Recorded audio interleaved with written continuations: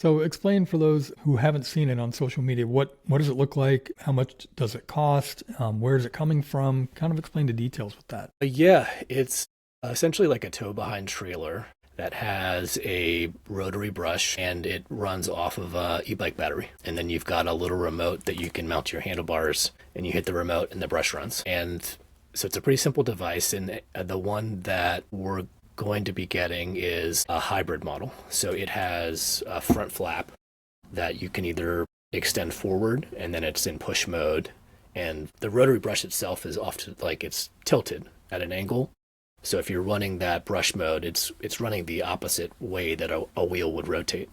Yeah. And it's going to push all that debris off to the side. And then the other mode is you put that front flap down and it's collecting all that debris into these two little buckets. And then you can, so if you're in a tighter space or you're dealing with something like sand or gravel that you don't want to necessarily kick up as much, you have a way to collect it. Yeah. And then how much is this thing costing? Hybrid model cost $3,900. I'm ordering a spare brush because the brush wears out and it's going to go at some point. And I don't want this to have the same downtime that MF Broom had. So we're getting the spare brush. Yeah. And then it's getting manufactured in Canada. And so there's $900-ish. Tariff? Which is probably tariff and shipping, I think, because it's getting freight shipped. Yeah.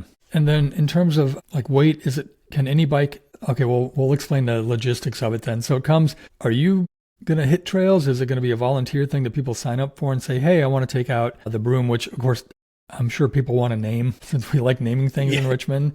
Yeah, we might do the name thing. Yeah.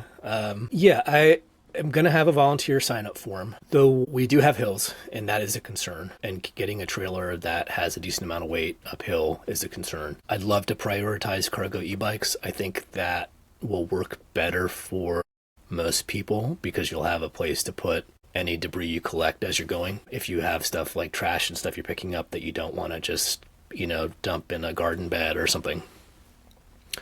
But at the same time, we want to get the bike lane swept. So if people feel confident that they can haul a heavy trailer uphill with a normal bike, on e-bike or whatever bike they have, I'm open to letting them give it a shot. Yeah. So I'll have a form and volunteers will basically they can sweep whatever areas they want to sweep. Yeah. And I'll try to collect that information in the form for what's the general area you're thinking about sweeping so that we don't have a ton of overlap and we're trying to get a broader pool of Richmond. Yeah. But yeah, I'm definitely going to be a volunteer and there's some areas I'd love to see swept regularly. Like what area? Forest Hill, Westover Hills, the Richmond Highway Bridge. I'd love to do that loop. Basically just, go down Forest Hill, down Westover, across Nickel, hit some bike lanes that are off to the side on the way. That's the loop that I do most, and I think is a pretty popular loop. And, if we have more people that want to do portions of that section, I'll just kind of leave it up to them. If they think it needs to get swept, they can sweep it.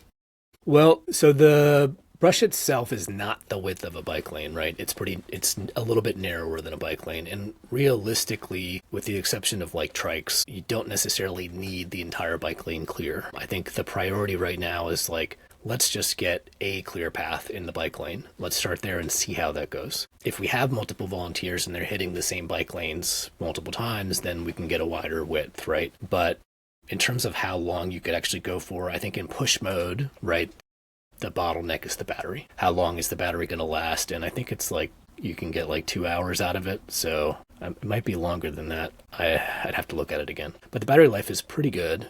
And realistically, I think a volunteer would probably have the sweeper for a week at a time. So they could sweep some lanes and then do some work kind of as they have time. And once the battery runs out, go home, charge it, and find some more time to do it again.